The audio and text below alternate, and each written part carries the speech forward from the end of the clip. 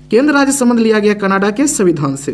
Next, railway NTPC 10/1 यानी 10 जनवरी 2021 को second shift में जो क्वेश्चन आया था वो देखिए।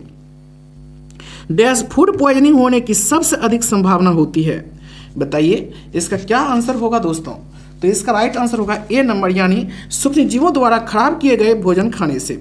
डैश फूड पॉइजनिंग होने की सबसे अधिक संभावना होती है सूक्ष्म जीवों द्वारा खराब किए गए भोजन को खाने से। कोबोल का पूर्ण रूप क्या है? कोबोल का पूर्ण रूप क्या है? तो याद रखिएगा, इसका पूर्ण रूप है common business oriented language. Common business oriented language. Dash 2 या अधिक पदार्थों का एक समान मिश्रण होता है। तो इसका राइट आंसर होगा विलियन। डैश 2 या अधिक पदार्थों का एक समान मिश्रण होता है दोस्तों, विलियन। पौधों को 5 समूह में बांटा जाता है, इनमें से कौन सा एक नहीं है? कौन सा एक नहीं है ऑप्शन के अनुसार बताइए दोस्तों। तो याद रखिएगा, ये प्रोटोकोडेटा नहीं है, प्रोटोकोडेटा नहीं है दोस्तों। प्रोटोकोडेटा क्या क्या है वो देखिए। टेरिडोफाइटा है दोस्तों। टेरिडोफाइटा इस वर्ग के पौधों का शरीर जड़, तना और पत्तियों में विभाजित होता है।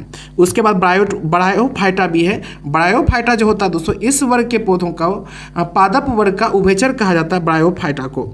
और जिम्नोस्पर्म भी है दोस्तों।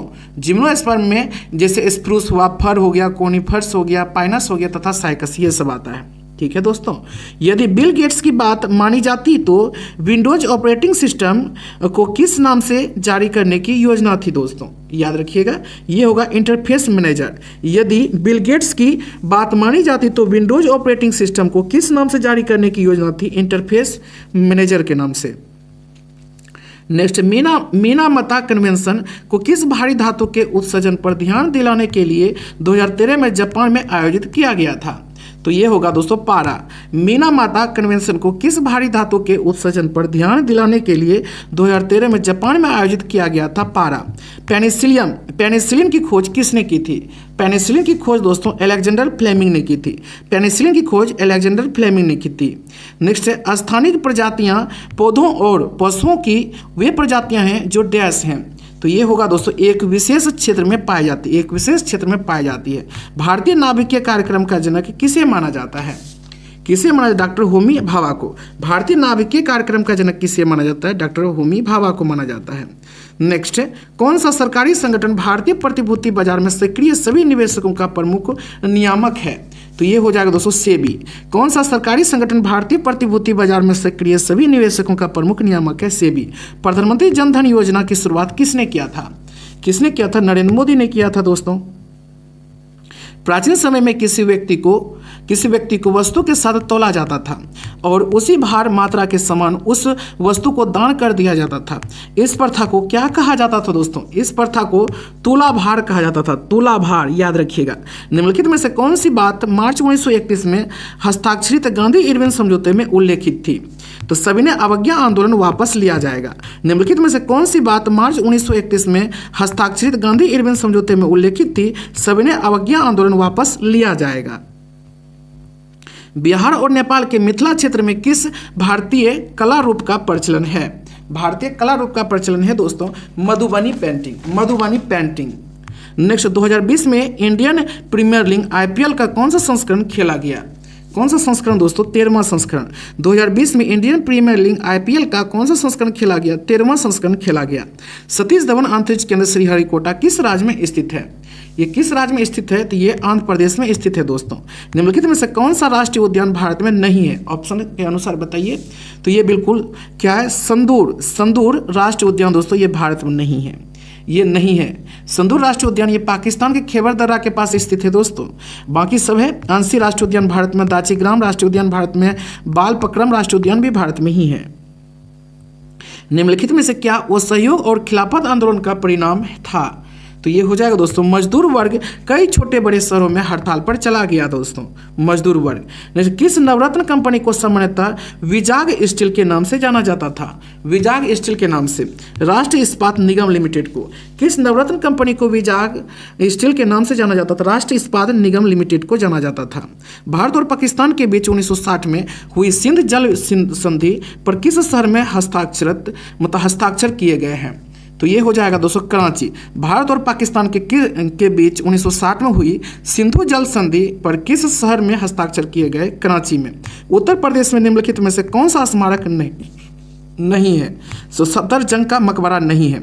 उत्तर प्रदेश में निम्नलिखित में से कौन सा स्मारक नहीं है? सफदरजंग का मकबरा दोस्तों नहीं है। बाकी सब ताजमहल है, सारनाथ का स्तूप है, बड़ा इमाम बाड़ा है। निम्नलिखित में से कौन सी नदी अफ्रीका में नहीं है? ऑप्शन के अनुसार तो अमेजन नदी ये अफ्रीका में नहीं है दोस्तों। अमेजन नदी ये याद रखिए पेरू में एंडीज पर्वत से इसका उद्गम होता है दोस्तों, अमेजन नदी का। ये नहीं है वहाँ, ठीक है, अफ्रीका में। बाकी सब नील हुआ, ऑरेंज, नाइजर ये है। कौन सा पट्टिका भारत और श्रीलंका को अलग करता है? कौन सा पट्टिका अलग करता है भारत और श्रीलंका को? तो याद रखिएगा पाक जलरूमध्य अलग करता है। कौन जल पट्टिका भारत और श्रीलंका को अलग करता है? पाक जलरूमध्य। शब्द ब्रेग्जिट की खोज किसने किया था? ब्रेग्जिट की खोज दोस्तों पीटर वाइल्डिंग ने किया था। शब्द ब्रेग्जिट की खोज किसने किया था? पीटर वाइल्डिंग ने किया था, वाइल्डिंग ने। आधुनिक अर्थशास्त्र का जनक किसे माना जाता है? आधुनिक अर्थशास्त्र का जनक एडम स्मिथ को माना जाता है दोस्तों।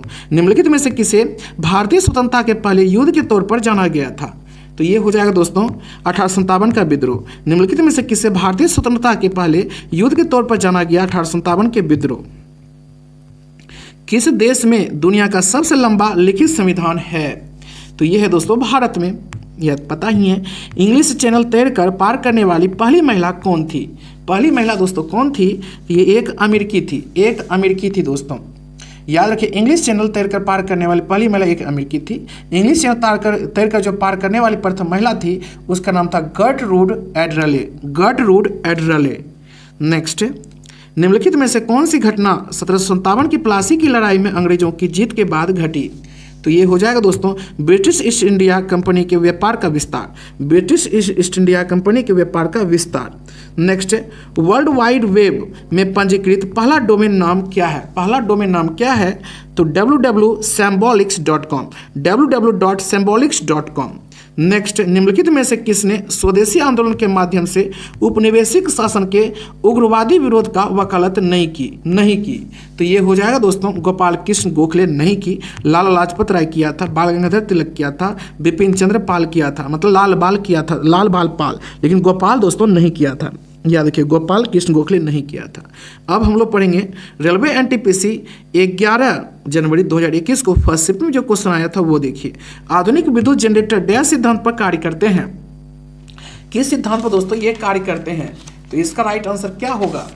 तो याद रखिएगा इसका राइट आंसर हो जाएगा दोस्तों बिल्कुल सी नंबर, यानी विद्युत चुंबकीय प्रेरण के सिद्धांत पर कार्य करते हैं। गन्ने के पौधे डैश को रासायनिक ऊर्जा में बदलने वाली प्रभावी परिवर्तनकों में से एक है। तो ये क्या होगा दोस्तों इसका आंसर? तो बिल्कुल बी नंबर, यानी सूर्य के प्रकाश। ससंयोजक बंध दो परमाणुओं के बीच इलेक्ट्रॉनों की साझेदारी के परिणाम स्वरूप निर्मित होते हैं ताकि दोनों पूरी तरह से भरे हुए डैश कोष को प्राप्त कर सके। तो ये दोस्तों बाह्यतम कोष को प्राप्त कर सके। बाह्यतम होगा इसका आंसर।